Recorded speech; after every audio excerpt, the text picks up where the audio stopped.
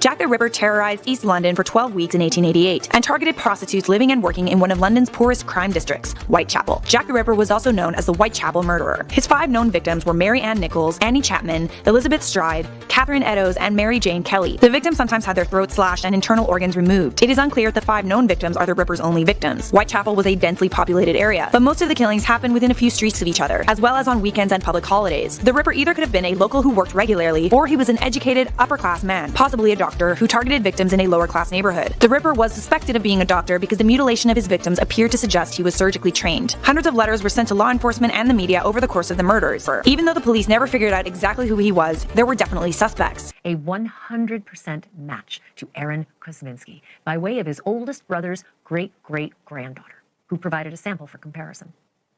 Edwards now wants a formal inquest to officially put one of history's greatest mysteries to rest.